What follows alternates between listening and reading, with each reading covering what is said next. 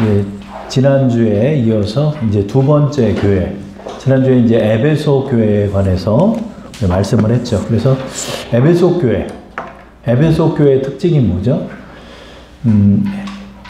게으르지 않고 부지런하게 또 주의 말씀을 믿음으로 지키고 또 인내했던 교회, 또 사단 마귀의 그런 미혹에도 정확히 교리를 지켜서 그 교회를 지켰던 곳, 이것이 바로 에베소 교회죠. 그러나 첫사랑의 사랑에서 떨어져 나간 교회, 그래서 첫사랑을 회복해야 하는 교회다, 이렇게 하나님께서 권면하셨죠.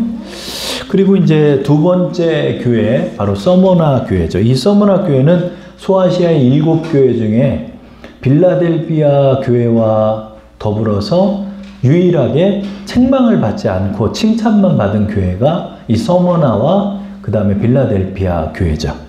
그래서 어느 교회 가면은 서머나 교회가 또 있어요. 서머나 교회처럼 우리도 그렇게 인내하고 순수한 믿음을 지키자 해서 서머나 교회라는 이름도 있죠. 그래서 오늘은 이제 서머나 교회에 관해서 여러분하고 말씀을 나누겠습니다. 자, 먼저 서머나, 이것도 이제 지역명이에요. 그래서 서머나 교회는 에베소 교회, 우리 이제 말씀 나눴죠. 안디옥 교회에서 이제 위로 좀 올라가면 그 에베소 교회가 있는데, 에베소 교회로부터 북쪽으로 35마일가량 떨어져 있는 그런 크고 부유한 도시였어요, 여기도. 근데 여기도 에베소 교회와 마찬가지로 항구 도시였죠, 항구 도시.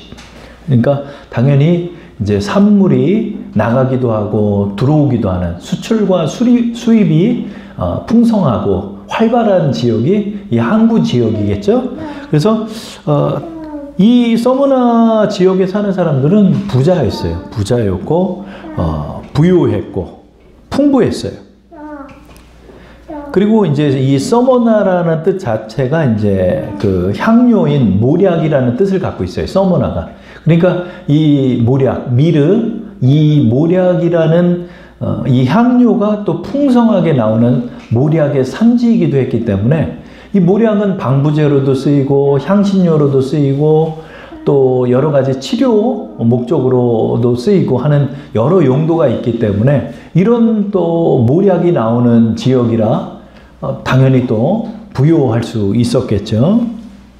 그런데 이곳을 또 종교적으로 보면은 역시나 이곳에는 로마의 여신과 그 다음에 티베리우스 황제를 위한 신전들이 세워져 가지고 우상 숭배의 또 중심지의 역할을 한 게 이 서머나 교회죠. 그러니까 부자고 또 로마의 황제를 하나님으로 섬기고 또 로마의 여신을 또 섬기고 또 이 우상 숭배는 예배가 끝나면은 여사제들과 또 음행을 저질렀어요. 그러니까 이게 얼마나 난잡하고 더럽습니까? 그죠? 그러니까 이런 도시가 바로 서머나였죠. 부유했지만 음란했고 또 우상을 숭배했던 그런 더러운 도시. 이 도시가 바로 서머나 지역이죠. 이 지역은 황제 숭배의 중심지 역할을 했고 경제적으로는 부강한 지역이다 할 수 있죠. 그러면 이 서머나 지역에 있는 서머나 교회는 어떤 교회였죠? 아이러니하게 세상은 부유한데 교회는 가난했어요. 세상은 너무나 철철철철 넘치고 호화찬란하게 살고 있는데 이 교회는 먹을 것이 없고 입을 것이 없고 또 핍박당하는 그런 고난의 교회가 이 서머나 교회였다는 거죠. 서머나 교회는 빌라델피아 교회처럼 칭찬만 받는 두 교회였어요. 서머나 교회는 정치적으로는 황제 예배라는 우상 숭배를 강요받았고 이를 거부하여 말할 수 없는 박해를 당했어요. 예수를 믿는 것 때문에 사회적 지위를 박탈당했고 재산을 빼앗겼고 직업을 잃었어요. 당연히 성도들은 가난하고 궁핍한 생활을 해야 했어요. 설상가상으로 유대인들이 또 이 지역에 있는데 유대인들이 또 핍박하는 거예요. 그들은 율법주의를 퍼뜨리고 예수가 메시아가 아니라고 주장하고 예수가 이단이라고 말하면서 핍박을 했어요. 그러니까 유대인들이 로마 당국에 고소를 해가지고 이 서머나 교인들이 붙잡혀 가서 그렇게 순교를 당했죠. 당시에 초대 감독이었던 폴리갑이라는 지금으로 따지면 이제 목사님이 계셨죠. 이분이 이제 초대 감독이었죠. 이분은 주후 69년에서 155년까지 계시다가 순교하신 분이니까 이 요한계시록이 쓰여진 때가 주후 95년경이니까 이 폴리갑에게 편지가 도착했겠죠. 이 폴리갑이 이런 편지를 받고 하나님을 섬겼는데 그는 예수를 부인하고 황제를 숭배하라는 강요에 맞서 믿음을 지키다가 화형을 당해서 순교하신 감독이 이 폴리갑이죠. 이 폴리갑이 이제 순교할 때 유명한 일화가 있어요. 그게 뭐냐면 너 한 번만 예수를 부정하고 황제를 숭배한다는 말 한마디만 하면 너 지금 이 화형장에서 너를 풀어주겠다. 장작더미를 쌓아놓고 그 위에다 올려놓고 그렇게 얘기를 했죠. 근데 폴리갑이 이런 증언을 한 거예요. 나는 86년간 주님을 섬겨왔습니다. 주님은 단 한 번도 나에게 잘못하신 적이 없는데 어떻게 나를 구원하신 나의 왕이신 주님을 저주할 수 있겠습니까? 하면서 화형을 당했다라고 그러죠. 그래서 여기 이 서머나 교회는 순교를 엄청나게 많이 당했어요. 그래서 이들의 환난은 그냥 우리가 겪는 이 생활의 고초가 아니라 아예 살 수가 없게 만들어버린 거. 그리고 잡히면 죽었어요. 로마 황제 안토니우스 피우스가 재임하던 시절에 또 극심한 핍박을 당했는데 이때가 138년에서 161년간의 재위 기간이었죠. 그러면 폴리갑 감독이 순교하셨던 155년이 이 사이에 들어가니까 이 사람에게 화형을 당했다라고 보는 거죠. 그죠? 그래서 이 황제는 국법으로 황제를 섬기지 않는 자들은 사형에 처한다는 법을 세운 거예요.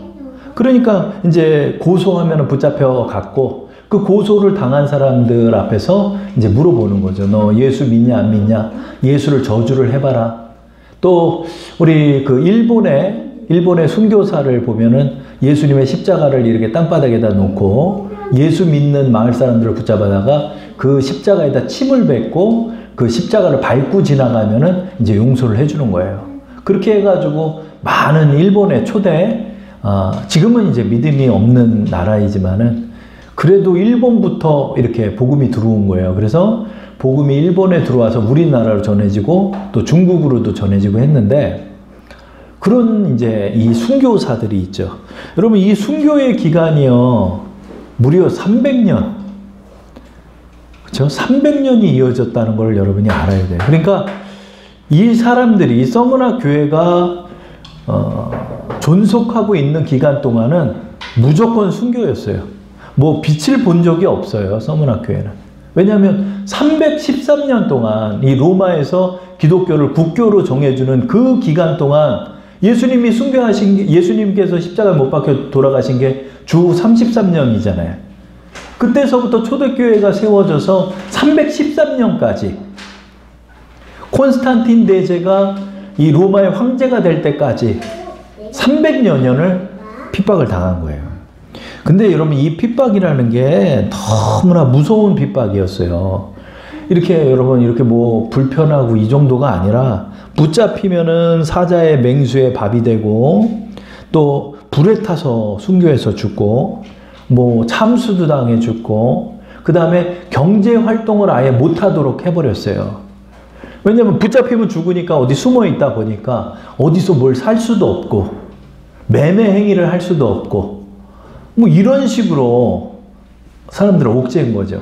근데 여러분 오늘날을 이렇게 보면 지금이야 이렇게 국법으로 기독교를 그거 하지 않았지만 나중에 여러분 말세의 때가 되면 적그리스도가 나오면 이제 법으로 세계법으로 이제 적그리스도를 섬기지 않는 자들에게는 이제 국법으로 붙잡는다. 이렇게 만약에 된다면 이제 이렇게 예배 드리면은 고소 누가 경찰서에 신고를 하면 저부터 이제 붙잡혀 가는 거예요. 그리고 이렇게 하는 사람들을 옥죄기 위해서 경제 활동을 못하도록 하는 거죠.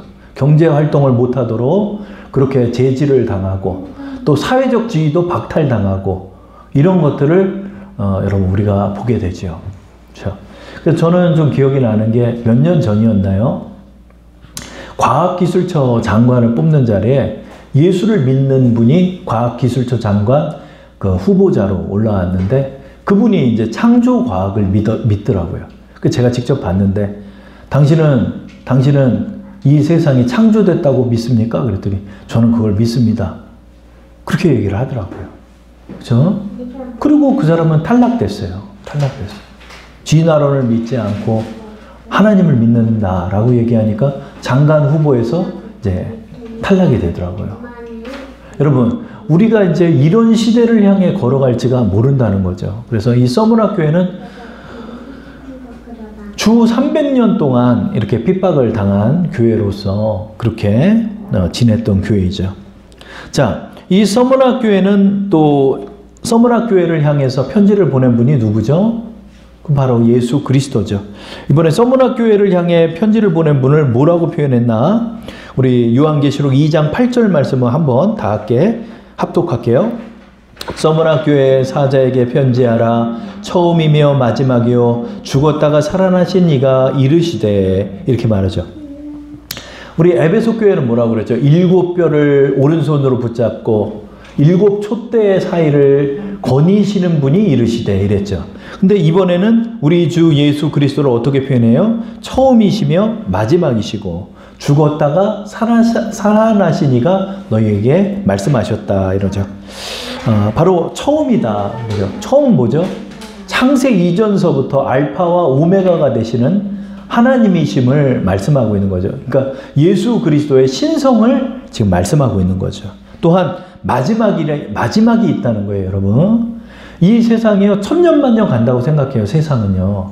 인류의 물질 문명을 만들고 과학주의를 만들어서 인류를 복제하고 또 새로운 우주를 개척해서 끊임없이 영원히 살아간다라고 생각해요. 그러나 주님의 말씀 속에 뭐라고 그랬죠? 마지막이 있다는 거예요. 이 사람들 그게 몰라요. 마지막에 주님이 이 땅에 재림하시면 심판이 있는 거예요. 살아서 예수님이 재림하시는 걸 보는 자도 있고 죽었다가 호령나팔 소리와 함께 깨는 자들도 있다라고 표현했죠. 그래서 마지막이 있다는 거예요. 이게 뭐죠? 그리스도의 주권을 말하는 거예요. 그래서 마지막 때의 주권자가 그리스도예요.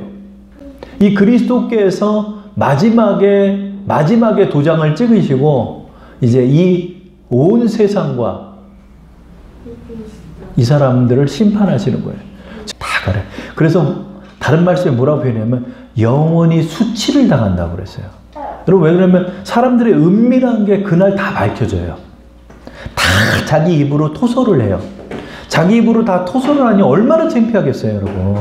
은밀한 죄들까지도 다 토설을 해요. 생명책에 그 행위록에 모든 게 다 기재되어 있기 때문에 정말로 창피를 당해요. 여러분, 고통만 당하는 게 아니라 수치를 당하는 거예요, 수치를. 사회에서 우리가 말끔하게 머리 빗고 옷 좋은 옷 입고 다니지만 그 속의 더러움을 모두 다 토설하는 날이 와요. 자백하는 날이 와요.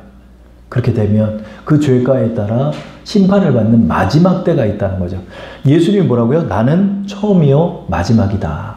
그리고 또 뭐요? 죽었다가 살아나셨다. 예수님의 부활을 표현하고 있지만 이것은 서문학 교인들이 너무나 많이 죽었기 때문에 너희가 지금은 이렇게 순교를 당해도 예수님처럼 부활할 수 있음을 예수님께서 서문학 교인들에게 말씀해 주는 의미가 있는 거죠. 그렇죠? 그리스도의 십자가의 죽음을 이겨내시고 살아나셨음을 나타내요. 죽음에 직면한 서문학 교인들에게 소망을 주시고 계시는 장면이죠. 자, 그리고 예수님께서 이들을 칭찬하는 장면, 요한계시록 2장 9절 말씀 다 함께 합독해 볼게요. 내가 내 환난과 궁핍을 알거니와 실상은 내가 부요한 자니라. 자칭 유대인이라 하는 자들의 비방도 알거니와 실상은 유대인이 아니요 사탄의 회당이라. 아멘. 그러니까 주님께서 이제 칭찬하죠. 내가 내 환난과 궁핍을 뭐요? 알거니와. 이 사람들이 당한 환난은요, 여러분, 정말로 비참한 환난이죠. 경제 활동도 못하죠. 직업도 없죠. 지위도 없죠. 붙잡히면 죽죠. 붙잡혀서 죽는 것도 여러분 그냥 감옥 가는 게 아니잖아요, 여러분. 아유, 뭐 어린이 대공원에 사자가 있는 데다 던지는 거잖아요, 사람을요. 이 당시에는 이제 그 검투사들도 있고 그랬잖아요. 이 당시에 이 놀이 문화도 잔인한 게 노예 검투사들을 붙잡아다가 서로 싸워서 죽이는 거를 즐기고 파티를 벌이던 시기가 이때고, 이 로마가 얼마나 잔악하고 인권이 없었던 시대였기 때문에 서로가 서로를 잔인하게 죽이는 걸 즐겼고, 그리스도인들이 그 콜로세움 경기장에서 그렇게 잔인하게 찢겨 죽고 또 황소를 또 거기다 집어넣어가지고 그냥 여러분 우리 코바디스라는 영화를 보면 그런 장면도 나오죠. 그렇게 즐긴 거예요. 기독교인을 가지고요. 그런 꼴을 당하는 거예요. 이 서문화 교인들이요. 이런 핍박을 이겨내서 우리까지 복음이 전해진 거예요, 여러분. 그래서 로마서에 그런 말이 있죠. 사람이 마음으로 믿어 의에 이르고 입술로 시인하여 구원에 이른다는 말이 나 예수 믿습니다 이 말이 아니에요. 너 예수 믿어 안 믿어? 지금 이제 이 사람을 사형을 시키겠다고 데려오는 거예요. 그러면 자기 입으로 시인하는 거예요. 그게 나 예수 믿는 사람입니다. 그러면 그 사람 붙잡혀서 이제 죽어요. 근데 그 입술로 시인해야 구원을 받는다는 뜻이에요. 그 말이. 이게 무슨 뜻이냐면 여러분 이 말씀이요 굉장히 처절한 말씀이더라고요. 뭐냐면 사람이 마음으로 믿어 의에 이르고 입술로 시인하여 구원에 이른다는 게 뭐냐면 로마 당국에 붙잡혔을 때 네가 예수를 믿는다고 입술로 시인해야 구원받는다는 거예요. 근데 그걸 시인하면 어떻게 돼요? 그리스도인으로 낙인을 찍혀서 그 사람 사형을 당하는 거예요. 근데 그렇게 입술로 시인하라는 거예요. 말을 해서. 여러분 우리가 받는 구원이요 그런 믿음이어야 된다는 거예요. 이 초대교회에서 말한 믿음이요 여러분 죽기 전에 입술 껌뻑껌뻑 거린다고 해서 구원받는 게 아니라는 거예요. 내 목숨 내놓고 예수님 믿었어야 돼요. 이때는요. 입술로 시인하면 가는 거예요. 왜냐하면 믿음이라는 거는 그 사람들이 밝혀낼 수가 없잖아요. 나 안 믿는 척 할 수 있잖아요. 그렇기 때문에 꼭 입술로 자기 입으로 얘기하게 만드는 거예요. 너 이제 죽이는 거야. 너 죽이는데 어떻게 해? 너 예수 믿어 안 믿어? 황제를 믿어? 예수를 믿어? 내 앞에서 얘기해. 그렇게 얘기를 하는 거예요. 그래서 내 그 앞에서 예수를 믿는다고 고백하면 그 사람 구원 받는다는 거예요. 그 대신에 죽어요. 그러니까 이 말씀이 그런 뜻들이에요. 이런 말씀들이. 이 서문화 교인들이 당한 환난과 궁핍. 이 사람들은 떠돌아다니는 거예요. 떠돌아다니는 거예요. 근데 뭐요? 내가 부유한 자 아니다. 그냥 영적으로 부유하다는 거예요. 이 사람들이. 하나님을 너무나 목숨을 바쳐 믿었고 그 열정을 가지고 있었기 때문에 하나님께서는 그의 영혼을 보는 거죠. 그렇죠? 그래서 우리가 서문화 교회를 보면 서문화는 너무나 풍성하고 부유한 지역이지만 그 교회 성도는 가난했다는 거죠. 그렇죠? 이 세상이 이렇게 부유하다 해도 교회는 가난할 수 있는 거예요. 그러나 하나님께서는 우리에게 죽도록 충성하라 이렇게 말씀하시는 거죠. 이 서문화 교회에서 죽도록 충성하라는 말이 나와요. 보세요. 그래서 이들을 칭찬해요. 너는 부유한 자다. 너는 부유한 교회고 너의 영혼은 부유하다. 그렇죠. 우리 예전에 어리석은 부자의 비유에서 뭐라고 말했죠? 내가 하나님께 대하여는 부유하지 아니하니 어리석다 이렇게 표현했잖아요. 그가 자기에게는 부유할지 몰라도 하나님께는 부유한 자가 아니었기 때문에 그는 어리석었다. 근데 이 서문화 교회는 뭐예요? 내가 그렇게 밥 한 끼 먹을 돈도 없고 쫓겨다니고 환난을 당해도 내 영혼은 지금 생명의 면류관이 예비되어 있는 그런 상급의 심판이 있는 상급의 그런 성도들이다. 이런 말이죠. 그죠? 그래서 이들은 이렇게 고통을 당하면서도 이렇게 주님 앞에 헌신하고 믿음을 지켰다는 거죠. 이런 교회에 이제 칭찬을 해주시고 또 권면과 약속을 해주는 장면이 나오죠. 그게 이제 계속해서 계시록 2장 9절부터 11절에 나오죠. 우리 한번 계속 읽어보겠습니다. 시작. 내가 내 환난과 궁핍을 알거니와 실상은 내가 부요한 자니라. 자칭 유대인이라 하는 자들의 비방도 알거니와 실상은 유대인이 아니요 사탄의 회당이라. 너는 장차 받을 고난을 두려워하지 말라. 볼지어다 마귀가 장차 너희 가운데서 몇 사람을 옥에 던져 시험을 받게 하리니 너희가 10일 동안 환난을 받으리라. 내가 죽도록 충성하라. 그리하면 내가 생명의 관을 내게 주리라. 귀 있는 자는 성령이 교회들에게 하시는 말씀을 들을지어다. 이기는 자는 둘째 사망의 해를 받지 아니하리라. 아멘.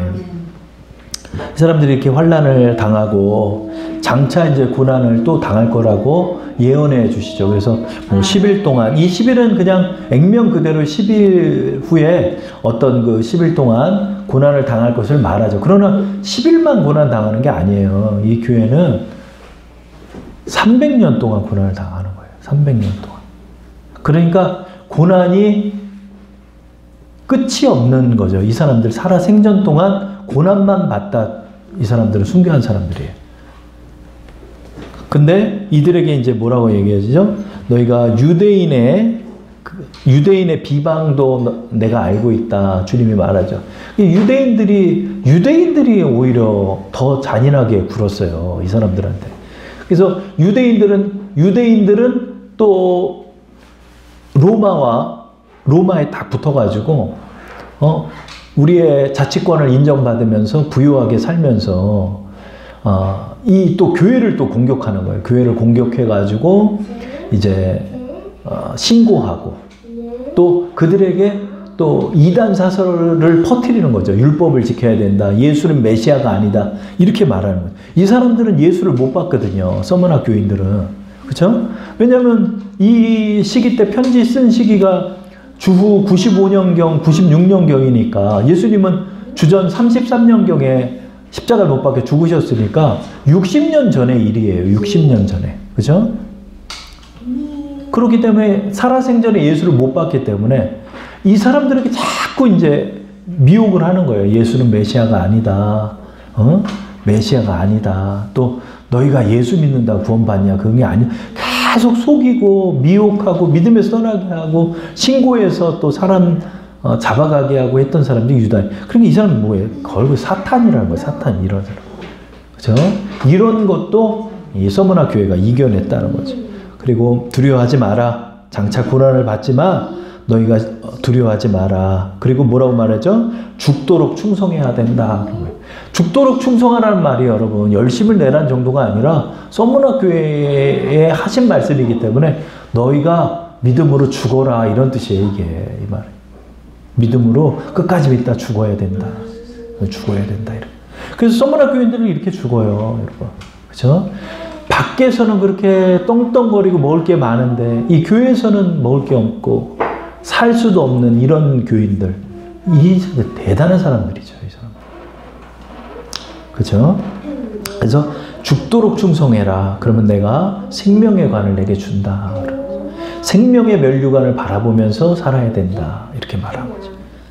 이렇게 믿음을 지킨 사람들이에요. 그리고 귀 있는 자들은 교회의 성령이 말씀하심을 들어라. 뭐요? 이기는 자는, 믿음을 끝까지 지키는 자는 둘째 사망의 해를 받지 않는다. 이 둘째 사망이라는 게 뭐죠?